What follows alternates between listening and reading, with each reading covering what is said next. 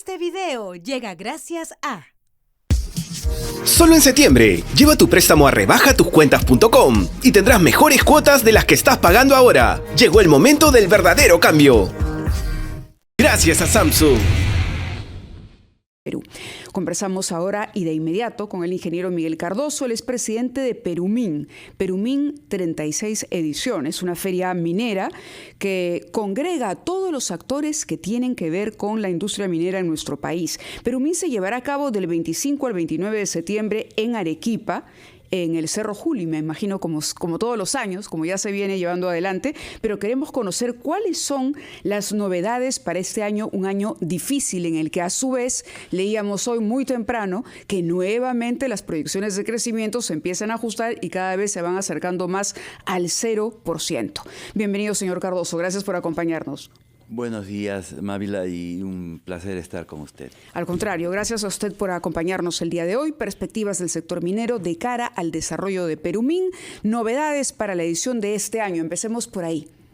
¿Cuáles son las perspectivas y las novedades que trae esta 36 edición de Perumín?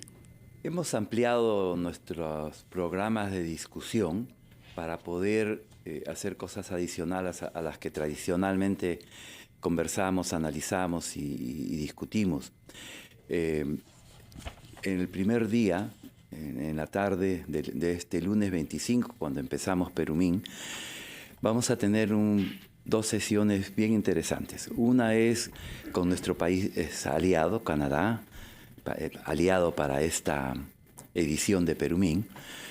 Se ha armado un seminario en el cual ellos nos van a transmitir toda su experiencia respecto del manejo de los proyectos mineros en toda su parte de permisos y procesamiento de los... tramitología, diría usted, resolución de conflictos. No me gusta la palabra tramitología, pero no tiene que ver con todo. Autorizaciones. Es el tema ambiental, autorizaciones, permisos, planeamiento, todo aquello que tiene que ver con el futuro de ese proyecto. ¿No? Empecemos, a ver, por analizar grosso modo lo que está ocurriendo con la minería en el Perú. Hay una preocupación, yo se la planteo y lo escuché hace poco y me gustaría que ahondara en eso, sobre la demanda y el mercado para los metales que produce nuestro país. Usted decía que el adelanto tecnológico, la velocidad con la que avanza la tecnología es favorable. Es un ambiente favorable para las exportaciones, por ejemplo, de cobre en el Perú.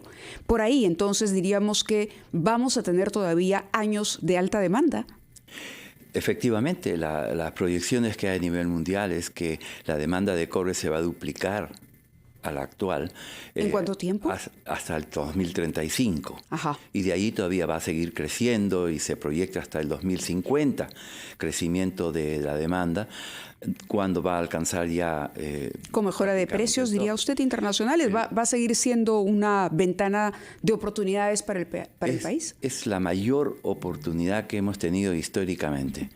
Porque normalmente la fluctuación de los precios se da de una manera mucho más de corto plazo, pero en este caso las metas que hay para la descarbonización y además para los cambios de energías limpias, esta transición energética demanda muchísimo cobre y otros metales también. Y nosotros somos muy fuertes en cobre, somos los segundos productores en cobre, producimos más o menos la mitad de lo que produce Chile, tenemos proyectos como para superar esa producción que tiene Chile. ¿Se puede producir más? Usted dice la mitad de lo que produce Chile. Sí. ¿Eso qué significa? ¿Que estamos por debajo de nuestra capacidad de producción?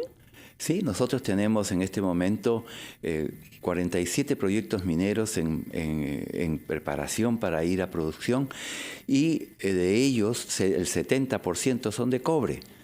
Entonces, tenemos una inversión de $53.000 millones previstas. ¿Y están en sus plazos o hay algo que los esté deteniendo. Los plazos que establece el gobierno es hasta el 31, hasta el 2031, para sacar todos esos proyectos, pero al ritmo que vamos, obviamente no vamos a... A eso vamos a la parte crítica, a la parte de destrabar y de mejorar el rendimiento del sector minero en el Perú. ¿Cuántos proyectos, por ejemplo, están atrapados por la burocracia, diría usted, para ponerlo en términos genéricos? Digamos, de todos estos proyectos, 37 no tienen fecha de inicio. ¿37? ¿Por qué? Sí.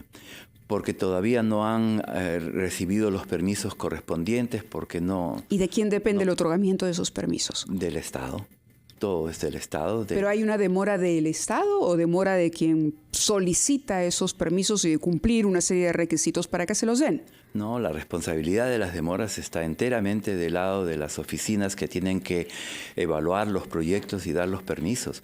Nosotros, según las normas, debemos tener ciertos plazos para conseguir los permisos. Los plazos que se usan en la práctica son prácticamente 5 veces ello. Y para cosas simples, por ejemplo, en exploraciones, nosotros somos el peor país en cuanto a la rapidez para dar permisos para exploraciones. En otros países a veces duran semanas, pocos meses, 3 meses, quizás en algunos 6 meses. Nosotros hacemos permisos que no bajan de 2 años y eso está totalmente excediendo lo que permite la norma. Y a veces hasta 4 y 5 años. Hay proyectos para exploración donde el riesgo ambiental es muy pequeño y sin, digamos, moderado como máximo. No puede sacar sus proyectos rápido. Y encima han sacado una norma que pone trabas más difíciles de cumplir e incluye la consulta previa. En un proyecto de exploración, cuando la empresa y el Estado no pueden hacer ninguna proyección de largo plazo que se le pueda explicar a los comuneros. Solamente se está explorando para ver si hay mineral y después para ver si ese mineral es económico. Sin embargo, hasta en esos casos, ¿no?, tenemos consulta previa en este país. Y eso es absurdo. Somos los únicos en el mundo. Hemos perdido. ¿Es un problema de legislación? ¿Es un problema de la gente que está en el ministerio? ¿Es un problema de cómo está planteada la normativa? ¿A qué lo atribuiría a usted? Es que todo está mal. La normativa tiene aspectos que no son aceptables, que no son razonables para las cosas que hacemos. Y además de eso, la demora en procesar los datos es terrible. Uh-huh. Esta norma que le explico en exploración tiene una peculiaridad. Aplica el silencio administrativo negativo. Quiere decir que mientras el funcionario no responde, uno no tiene ninguna posibilidad de reclamo, básicamente. La norma, en otras normas, de pasado un plazo, si el funcionario no ha observado, no ha pedido nada nuevo, no ha corregido, entonces automáticamente se asume como que está aprobado. Ese es el silencio administrativo positivo. Pero aquí aplican el negativo. Uh-huh. Entonces, los permisos pueden durar todo el tiempo del mundo. Y existe también el problema de que muchos funcionarios tienen miedo de tomar decisiones. Uh-huh, uh-huh. Bien, antes de terminar me gustaría conocer qué otras novedades trae Perumín para este año, si hay algún invitado especial, alguna conferencia magistral que se vaya a ofrecer este año. Y lo otro es el impacto en el crecimiento del país. Estamos asistiendo, digamos, a algo que muy pocos imaginamos podría llegar tan pronto. Después de años acostumbrados a crecer a un ritmo alto, digamos, a porcentajes altos por encima del promedio de la región, hoy por hoy nos damos con la sorpresa de que los ajustes son cada vez hacia la baja. Exacto. La pregunta es, de corregir todos estos problemas que usted ha descrito con normativa, con la manera tan lenta en que se tramitan determinados permisos y otros desincentivos a la inversión, ¿cuánto más podríamos haber generado este año? Vamos a la pausa y regresamos. Vamos a la pausa, son las 8:46 y continuamos hablando de Perumín. Perumín empieza el lunes ya. Ya está prácticamente todo listo y continuamos hablando con el señor Cardoso aquí en los estudios de RPP. 8:52 minutos de la mañana, continuamos en Ampliación de Noticias y les decíamos que conversábamos con el ingeniero Miguel Cardoso, presidente de la próxima edición de Perumín, que inicia el 25 al 29 de septiembre en Arequipa, como ya viene celebrándose hace varios años. Y en principio le había planteado la pregunta de cuál es el impacto que tiene el desarrollo minero en el crecimiento general. Sabemos que es alto, pero valdría la pena repetirlo, recordarlo, sobre todo cuando pareciera, todos los indicadores económicos nos están anunciando que estamos ya en tiempos de vacas flacas aquí en el Perú. Ingeniero Cardoso. Efectivamente. Bueno, la minería representa para la economía nacional entre 9 y 10% directamente de la producción, más un 3-4% que viene de lo que producen los proveedores de la minería, o sea, el encadenamiento del sector. Y además de ello, nosotros pagamos impuestos altos y pagamos regalías también. Los impuestos que pagamos van a las regiones en forma de canon y de regalías. Entonces, gran parte de los presupuestos en todas las regiones vienen de la minería. Y para ver la importancia de esta actividad descentralizada es, por ejemplo, Antamina representa el 32% del PBI de Ancash. Las Bambas representa el 72% del PBI de Apurímac, y Cerro Verde representa el 30% del PBI de Arequipa. Y eso es algo fundamental para las regiones. Entonces, de lo que se trata es de que todos los impuestos que se pagan deberían ser invertidos de una manera ordenada, inteligente, eficiente, para poder cerrar las brechas sociales, para poder impulsar además los servicios básicos, la infraestructura y lograr que las personas cada vez vivan mejor. Pero esto no está sucediendo, porque las regiones apenas invierten la mayor parte, menos del 35% de lo que reciben en canon y regalías, y además de ello, muchas obras se quedan entrampadas por temas de la tramitología o de falta de capacidades, ¿no? Esta traba de los proyectos, esta falta de agilidad para completarlos, no solamente afecta además a las empresas mineras o los proyectos mineros, sino a los proyectos públicos.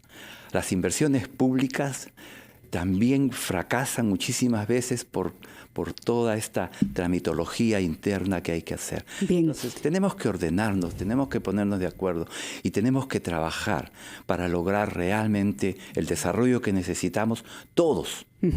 Ante la caída de las inversiones mineras, los episodios de violencia que se han suscitado, esta edición de Perumín tiene un lema: inversión que genera bienestar y desarrollo sostenible. Correcto. De alguna manera, usted acaba de mencionar dónde está el problema para que se traduzca el impacto de la minería o los buenos resultados, las buenas posibilidades del sector en bienestar para los ciudadanos. Porque usted dice, dependemos de lo que hagan los gobiernos locales o regionales cuando acceden al dinero producto de esas regalías. Y nos habló de porcentajes importantes. ¿Cómo hacemos para que haya una relación mucho más fluida entre las empresas y la comunidad, que parece ser la clave de todo el problema aquí? Porque ustedes saben, conocen a las comunidades, las zonas de impacto donde operan, pero aquí hay un problema con el intermediario, que es la autoridad. La autoridad no está funcionando. Entonces, le pregunto, ¿hay modelos donde se pueda ver mejores resultados? Yo le contaba una experiencia en Australia de hace 4 años, en la feria de Melbourne, donde era cosa de todos los días, algo muy común, ver a las comunidades participando de los paneles de aquella feria. ¿En Perumín se ha contemplado algo así?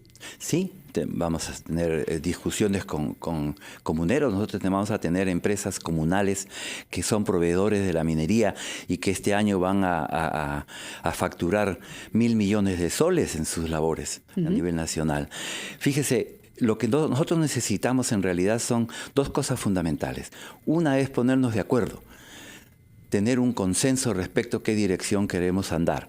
Para nosotros es que la inversión genere bienestar y desarrollo sostenible. Y cuando hablo de sostenible, estoy hablando de largo plazo. Entonces, esa es la otra cosa. Tenemos que tener una visión de largo plazo. Y tenemos que conocer los territorios. Y tenemos que ver cuáles son sus competitividades y cómo se puede encadenar la economía para que no solamente crezca la minería, sino todo. Entonces, para ello, nosotros hablamos del concepto de desarrollo territorial. Y esos planes de desarrollo territorial tienen que considerar todos estos aspectos para que la cosa funcione. De acuerdo. Y hay que ejecutar los gastos y las inversiones y los proyectos de una manera eficiente, honrada y rápida. Muy bien, ha quedado claro, señor Cardoso. Muchísimas gracias por estar con nosotros esta mañana. El mayor de los éxitos para Perumín, que inicia la próxima semana, y para nuestro país, que surjan las mejores ideas y las mejores acciones a implementar. Muchas gracias nuevamente. Ávila, muchísimas Son las gracias.